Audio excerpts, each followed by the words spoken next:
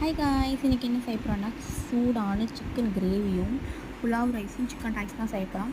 ஏன் அப்படின்னா எங்கள் அக்கா பொண்ணும் துபாயிலேருந்து வந்திருக்காங்க. ஸோ அவங்களுக்காக வந்து குயிக்காக வந்து என்ன செய்கிறது அப்படின்னு சொன்னால் கிராண்டாகவும் செய்யணும், பார்க்க டெக்கரேஷனாகவும் இருக்கணும்.